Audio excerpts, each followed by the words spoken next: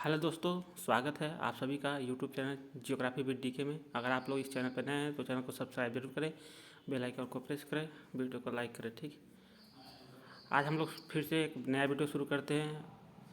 BPSC PGT भूगोल यानी geography practice set 3। ठीक है, हम लोग बिहार पीजीटी भूगोल विषय के लिए प्रैक्टिस सेट इस चैनल पे चला रहे हैं। इसके पहले हम लोगों ने प्रैक्टिस सेट 1, प्रैक्टिस सेट 2, आज प्रैक्टिस सेट 3 देखने जा रहे हैं। अगर आप लोग अभी तक प्रैक्टिस सेट 1, प्रैक्टिस सेट 2 नहीं देखे हैं तो इसी वीडियो के डिस्क्रिप्शन बॉक्स में उसका लिंक रहेगा, आप लोग वहाँ से देख सकते हैं। बहुत ही हेल्पफुल रहेगा। तो आप लोग इस चैनल को सब्सक्राइब जरूर कर लें, अपने दोस्तों के साथ शेयर करें। ठीक, पहला क्वेश्चन शुरू करते हैं। ऑस्ट्रेलिया में शीतोष्णकटिबंधीय घास भूमियों जो कि मर्रे एवं डार्लिंग नदियों की द्रोणी में फैली है, उन्हें किस नाम से जाना जाता है? तो उसे कहते हैं डाउन्स। ठीक है, क्या कहते हैं? डाउन्स। यह एक शीतोष्णकटिबंधीय घास का मैदान है। ठीक, अब दूसरा क्वेश्चन देखते हैं। वायुमंडल में मध्यमंडल किन दो मंडलों के बीच पाया जाता है? जो मध्यमंडल है किन दो मंडलों के बीच पाया जाता है? तो वह समताप एवं आयन मंडल के बीच में मध्यमंडल पाया जाता है। ठीक है, समताप एवं आयन मंडल के बीच में पाया जाता है। क्वेश्चन नंबर 3, जिन पर्वतों की सतह उबड़ खाबड़ तथा शिखर शंक्वाकार होती है, ऐसे पर्वतों को क्या कहा जाता है? तो ऐसे पर्वतों को कहा जाता है बलित पर्वत। ठीक है, इस तरह होता है, बलित पर्वत कहा जाता है। क्वेश्चन नंबर 4, अंटार्कटिका महाद्वीप को चारों ओर से घेरने वाले महासागर का क्या नाम है? जो अंटार्कटिका महाद्वीप है उसके चारों तरफ घेरने वाले महासागर का नाम है दक्षिणी महासागर कहते हैं उसको। ठीक, क्वेश्चन नंबर 5 देखते हैं। निम्नलिखित में से कौन सा कथन पारितंत्र को सही तरीके से परिभाषित करता है? जो पारितंत्र होता है उसमें जीवधारियों का आपसी संबंध एवं पर्यावरण के बीच संबंध जिसमें वे रहते हैं, यही पाइथन को सही तरीके से परिभाषित कर रहा है, यानी 5 का सी। क्वेश्चन नंबर 6, निम्नलिखित में से कौन सा कथन असत्य है? असत्य कथन पहचानना है। ठीक, अब हम लोग देखते हैं। पहला, महाद्वीप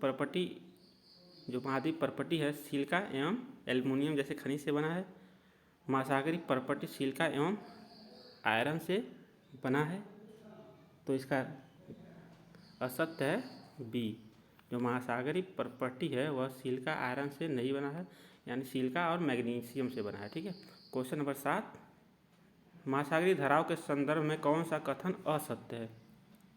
तो इसमें असत्य कथन पहचानना है, तो इसका राइट आंसर हो जाएगा सी, लैब्राडोर महासागरीय धारा उष्ण जलधारा है। गलत है, यह लैब्राडोर जो धारा है वह शीत धारा है। ठीक है, उष्ण धारा नहीं है। क्वेश्चन नंबर हम लोग देखते हैं 8, इन क्षेत्रों में बहुत ही सीमित प्राकृतिक वनस्पतियाँ मिलती है। यहाँ केवल काई, लाइकेन एवं छोटी झाड़ियाँ पाई जाती है। ये अल्पकालीन ग्रीष्म ऋतु के दौरान विकसित होती है। उपयुक्त विशेषता किस क्षेत्र के संदर्भ में की गई है? तो उसको कहते हैं 8 का सी, ध्रुवीय क्षेत्र। ठीक है, ध्रुवीय क्षेत्र। क्वेश्चन नंबर 9, अमेजन नदी द्रोणी के वर्षा वन के संदर्भ में मलोका किसे निरूपित करता है? जो मलोका है किसे निरूपित करता है? तो यह सी इसका राइट आंसर हो जाएगा, यहाँ के लोगों के द्वारा बनाए जाने वाले घर को। ठीक है, 9 का सी। क्वेश्चन नंबर हम लोग 10 देखते हैं। विश्व प्रसिद्ध नियाग्रा जलप्रपात स्थित है, यानी किन दो झीलों के बीच स्थित है, इसको जानना है। तो नियाग्रा जो जलप्रपात है वह ईरी और ओंटारियो झील के बीच स्थित है। 10 का हो जाएगा ए।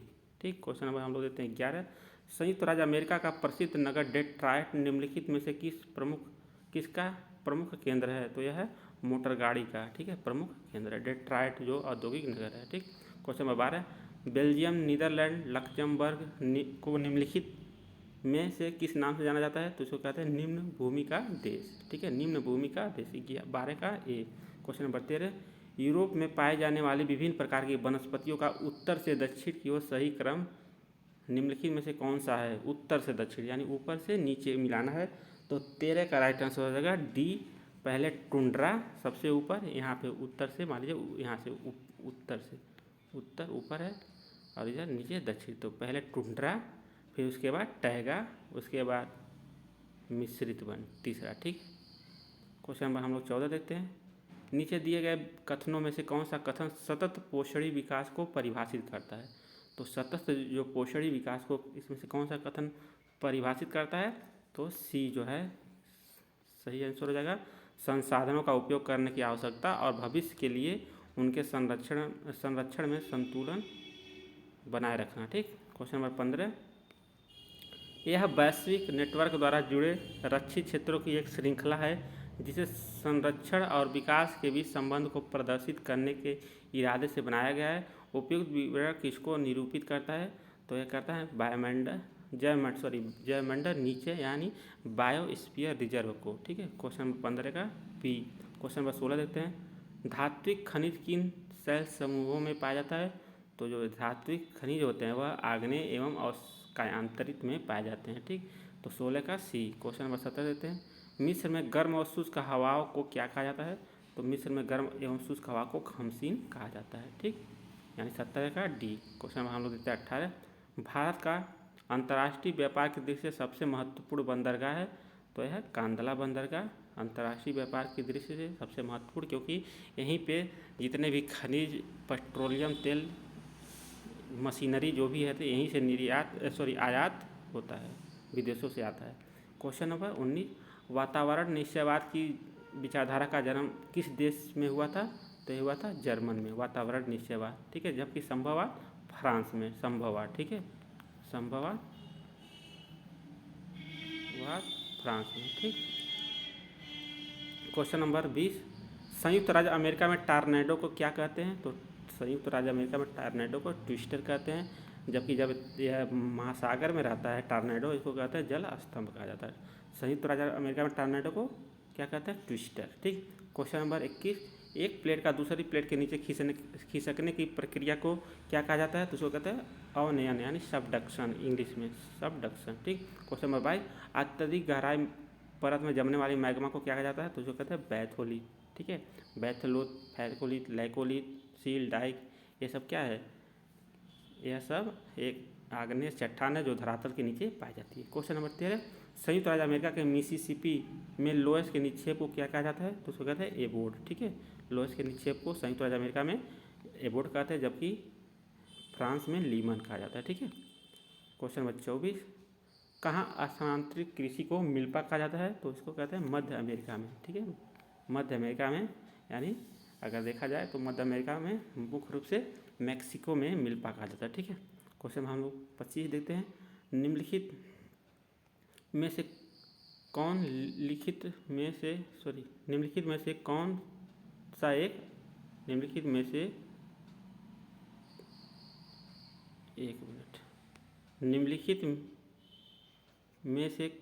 कौन सा एक असत्य है? असत्य पहचानना है।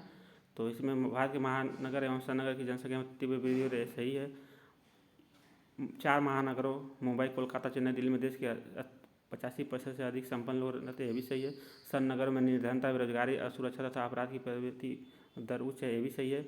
जबकि जो डी है यह सही नहीं है। यहाँ पे है महानगरों एवं सन नगरों में नगरीय सुविधा तथा आधारभूत सुविधा की पर्याप्तता है, फलतः जीवन आनंदमय, ठीक है, आनंददायक है, यह बिल्कुल गलत है।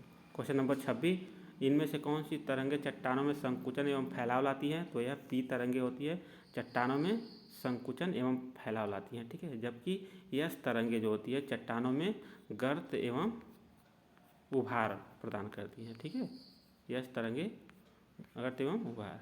क्वेश्चन नंबर 27, विश्व में सबसे प्राचीन नगरीकरण का प्रमाण कहाँ मिलता है? तो वह मेसोपोटामिया में मिलता है। ठीक है, सबसे प्राचीन यह जो है आप लोग खोलेंगे एनसीईआरटी जब बुक पढ़ेंगे तो वहाँ पे आपको यह मिल जाएगा। ठीक, क्वेश्चन नंबर 28, विश्व में निम्न में से किस देश में सर्वाधिक यौन अनुपात पाया जाता है? इन चारों ऑप्शन में, तो रूस में इन चारों ऑप्शन में सर्वाधिक यौन यानी लिंगानुपात पाया जाता है। क्वेश्चन नंबर 29, बिली क्या है? तो बिली एक उष्णकटिबंधीय चक्रवात है जो ऑस्ट्रेलिया में पाया जाता है। ठीक है, क्वेश्चन नंबर 30, यूर्त घर किसका है? तो आप लोग पढ़े ही होंगे, यूर्त घर जो है वह खिरगिज का है। ठीक, क्वेश्चन नंबर 31, अत्यधिक विस्तार में भूमिज निक्षेप कहाँ पाए जाते हैं? तो यह पूर्वी द्वीप समूह के समीप पाया जाता है। ठीक, यानी अत्यधिक भूमि निक्षेप कहाँ पाया जाता है? तो पूर्वी द्वीप समूह यानी एशिया वाला भाग, ठीक है, जहाँ पे इंडोनेशिया, फिलीपींस ये सब एरिया है वहाँ पे, ठीक, पूर्वी द्वीप समूह। क्वेश्चन नंबर 32, सागर द्वीप, गंगा सागर कहाँ पे स्थित है? ठीक है, तो यह बंगाल की खाड़ी के मग्न तट पर स्थित है गंगा सागर द्वीप, ठीक।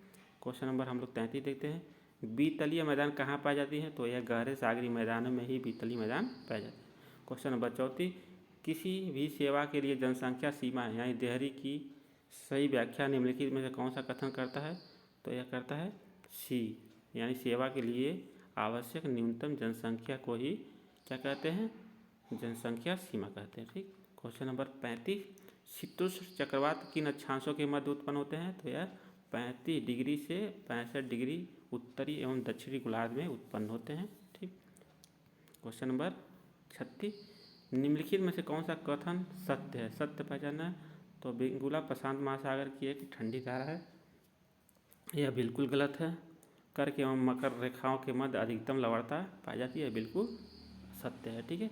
36 का बी देखिए, और दो दे रख लेते हैं। सी है सूर्य चंद्रमा और पृथ्वी एक सीध में होता है, लघु ज्वार आता है, बिल्कुल गलत है, दीर्घ ज्वार आता है, ठीक है। और उच्च सागरी ज्वार 12 घंटा 26 मिनट के अंतराल पे आते हैं, ये बिल्कुल गलत है, 12 घंटा 26 मिनट, 20 मिनट नहीं। 37, क्वेश्चन नंबर 37, समुद्र में डूबे महाद्वीप के भाग को क्या कहते हैं? तो समुद्र में डूबे महाद्वीप के भाग को कहते हैं महाद्वीपीय मग्न तट, ठीक है। क्वेश्चन नंबर 38, रिफ्ट घाटी परिणाम है? तो यह भ्रंश का परिणाम है, जबकि नैपे जो होता है यह बलन का परिणाम है, ठीक है। 39, पृथ्वी से कौन सा कारक सूर्यताप के वितरण को प्रभावित नहीं करता है? तो यहाँ पे नहीं करता है, तो यहाँ देखिए सूर्य के किरणों की कोणात्मक स्थिति ये बिल्कुल प्रभावित करता है, दिन की लंबाई ये भी प्रभावित करता है, पृथ्वी और सूर्य के मध्य दूरी ये भी प्रभावित करता है। कभी सूर्य जो होता है पृथ्वी के पास आ जाता है, यानी कभी पृथ्वी सूर्य के पास आ जाती है, तो कभी पृथ्वी सूर्य के दूर चली जाती है, ये पर जबकि भूमिगत जल सूर्यताप को प्रभावित नहीं करता है। तो यानी 39 का हो जाएगा डी। क्वेश्चन नंबर 40, इनमें से कौन भूगोलवेत्ता ब्रिटिश भूगोलवेत्ता है? ठीक है, तो पीटर हैगेट जो है यह ब्रिटिश भूगोलवेत्ता है, ठीक है, ब्रिटेन के हैं, ठीक। जबकि ब्लास जो है फ्रांस के हैं, ठीक। और हेटनर जर्मनी के, रेडजेल जर्मन, ये दोनों जर्मन, ठीक। यानी इसका 40 का बी, पीटर हैगेट यह ब्रिटिश भूगोलवेत्ता है, ठीक। क्वेश्चन नंबर 41, भूदृश्य के परिमार्जन में मनुष्य अंतिम कारक उक्त कथन दिया गया है, किसके द्वारा दिया गया है? तो क्वेश्चन नंबर 41 का राइट आंसर हो जाएगा सी, कार्ल सावर द्वारा, ठीक। 41 का सी। क्वेश्चन नंबर हम देते हैं 42, शैल सरिता शब्दावली से संबंधित है? तो यह परिहिमानी से संबंधित है, शैल सरिता, ठीक। क्वेश्चन नंबर 43, जैव विविधता हॉट स्पॉट शब्दावली का प्रयोग सर्वप्रथम निम्न में से किसके द्वारा किया गया था? तो नॉर्मन मायर द्वारा किया गया था, जैव विविधता हॉट स्पॉट, ठीक। जबकि जैव विविधता शब्द जो दिया गया था वो रोजन द्वारा दिया गया था। क्वेश्चन नंबर 44, भारत में राष्ट्रीय जल नीति कब प्रारंभ की गई थी? तो 2012 में भारत में राष्ट्रीय जल नीति प्रारंभ की गई थी। क्वेश्चन नंबर 45, इंडोनेशिया में निम्न में से कौन सी जलवायु पाई जाती है? तो इंडोनेशिया में निम्नलिखित में से कौन सी जलवायु पाई जाती है? तो यह विश्वतरेखी जलवायु पाई जाती है। आप लोग गलती से भी उष्ण आर्द्र जलवायु मत मारिएगा, ठीक है, उष्ण आर्द्र जलवायु नहीं होती, ठीक। क्वेश्चन नंबर 46, भूदृश्य के परिमार्जन में मनुष्य अंतिम कारक है? सॉरी, यह क्वेश्चन 2 बार हो गया है, इसका कार्ल सावर है, ठीक। क्वेश्चन नंबर 47, किस अक्षांशों को तापीय भूमध्य रेखा भी कहा जाता है?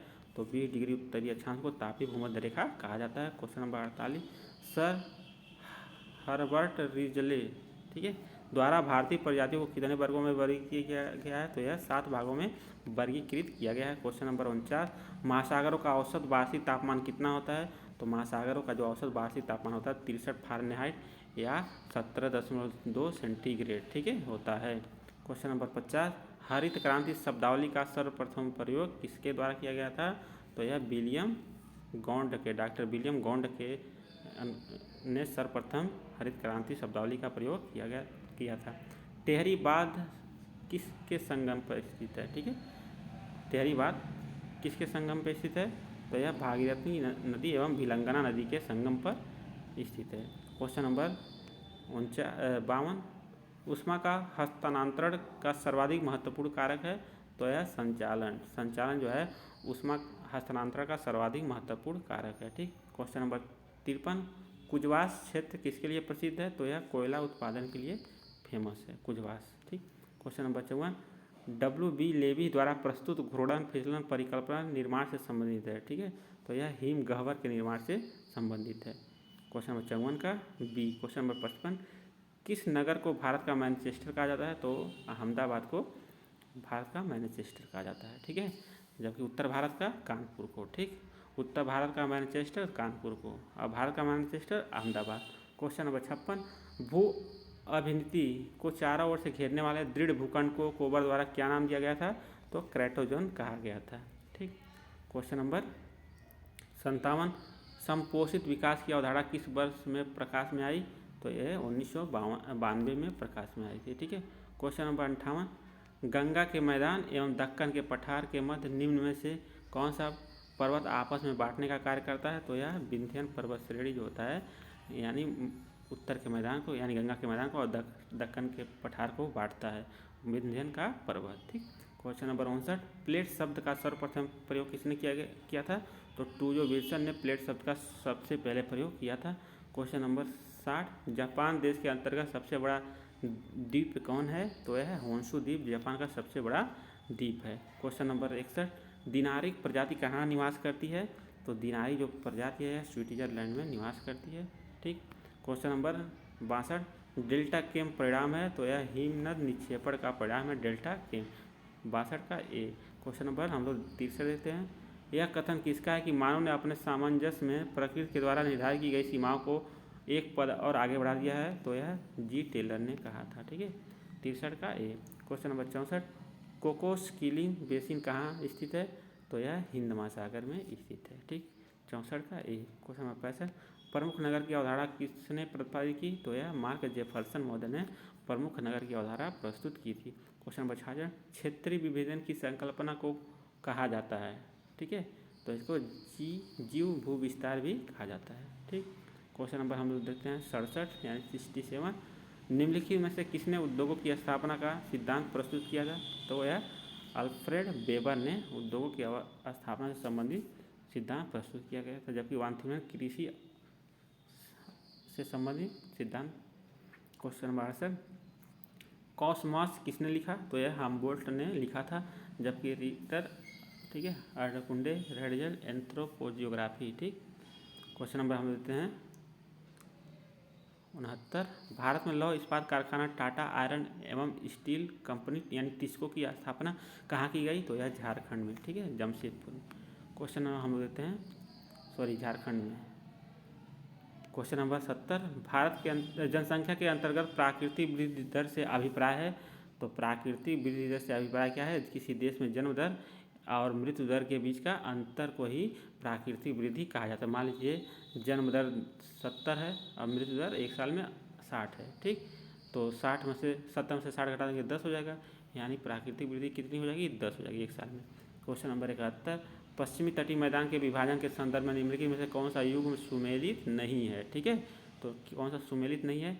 देखिए, गुजरात के तट को काठियावाड़ कहा जाता है, बिल्कुल सही है। महाराष्ट्र के तट को कोंकण तट कहा जाता है। कर्नाटक के मालाबार कहा जाता है, जबकि केरल में कोरोमंडल नहीं है, मालाबार यहाँ पे भी है, यानी कर्नाटक और केरल वाला जो तट है वो मालाबार तट कहलाता है। कोरोमंडल तमिलनाडु में है। ठीक है, तमिलनाडु के तट को क्या कहते हैं? कोरोमंडल कहते हैं। तो 71 का डी राइट आंसर हो जाएगा। क्वेश्चन नंबर 72, निम्नलिखित में से भारत में किस नदी का आफवाहन सबसे बड़ा है?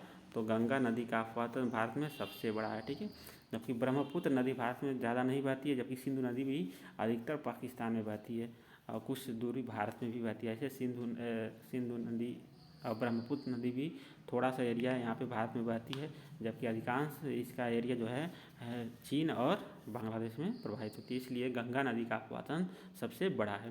क्वेश्चन नंबर 73, अमरावती, भवानी, हेमवती तथा कावेरी किसकी सहायक नदियाँ हैं? तो यह कावेरी नदी की सहायक नदियाँ हैं। क्वेश्चन नंबर हम लोग देते हैं 74, ब्रेटलैंड आयोग रिपोर्ट का संबंध किससे है? तो यह सतत पोषणी विकास से संबंधित है। ठीक है, 1987 में ब्रेटलैंड रिपोर्ट आया था, ये भी आप लोग ध्यान रखेंगे। क्वेश्चन नंबर 75, शिल्ड ज्वालामुखी के संबंध में कौन सा एक असत्य है? ठीक है, तो कौन सा असत्य है? तो इस ज्वालामुखी के निकास पर सिंडर शंकु रूप संरचना होती है, बिल्कुल सही है। हवाई द्वीप के ज्वालामुखी इसी ज्वालामुखी के उदाहरण है, बिल्कुल सही है। सिर्फ ज्वालामुखी मुख्यतः विशाल से निर्मित होते हैं जो तरल लावा के ठंडा होने से बनते हैं, ये भी सही है। यह ज्वालामुखी भीषण विस्फोटक होते हैं, बिल्कुल गलत है, ये विस्फोटक नहीं होते हैं। ठीक। क्वेश्चन नंबर 76, सागरी अधस्तल का विस्तार सिद्धांत की व्याख्या करते हुए हैरी हेस ने किस अवधारणा पर विचार नहीं किया? ठीक है, तो नहीं किया।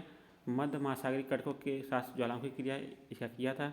विभिन्न महाद्वीपों में जीवाश्मों का वितरण, इसका इन्होंने वर्णन नहीं किया था। तो यानी इसका राइट आंसर होगा 76 का बी, इसका इन्होंने कहीं विवरण प्रस्तुत नहीं किया गया था। ठीक। क्वेश्चन नंबर 77, मृदा निर्माण सर्वप्रथम निर्भर करती है, तो जो कहीं भी अगर मृदा निर्माण होता है सबसे पहले वह अपक्षय पर ही निर्भर करती है। अगर अपक्षय अच्छे से हो रहा है तो मृदा वहाँ पे अच्छा बनेगा। ठीक। क्वेश्चन नंबर 78, वायुमंडल में ऑक्सीजन जो प्रकाश संश्लेषण की प्रक्रिया द्वारा मुक्त होती है वह उत्पन्न होती है, वह जल से उत्पन्न होती है। ठीक। क्वेश्चन नंबर 79, निम्नलिखित में से भारतीय कृषि उत्पादन में कमी का कारण है? ठीक। तो वित्तीय संसाधनों की बाध्यताएं तथा ऋणाग्रस्तता, ये भी सही है। व्यापक अल्प रोजगारी, ये भी सही है। भूमि सुधारों की कमी, ये भी सही है। यानी उपयुक्त सभी, यानी कृषि उत्पादन में कमी का उपयुक्त तीनों कथन जो है यह सही है। ठीक।